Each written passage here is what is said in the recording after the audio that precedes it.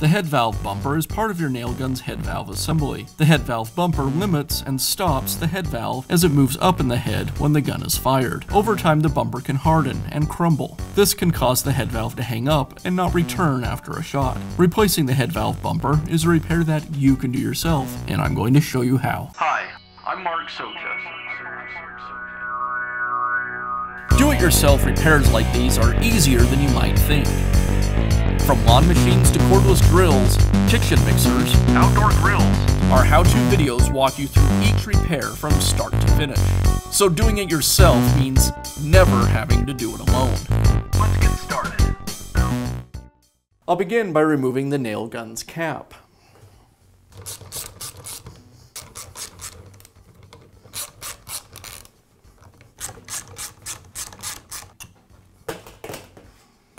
With the cap removed, now I can remove the head valve. I'll tap it against the table to knock it free.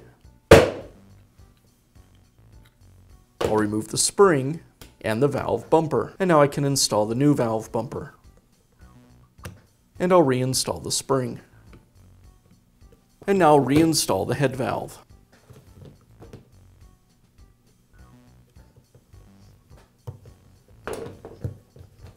And I'll finish up by reinstalling the cap.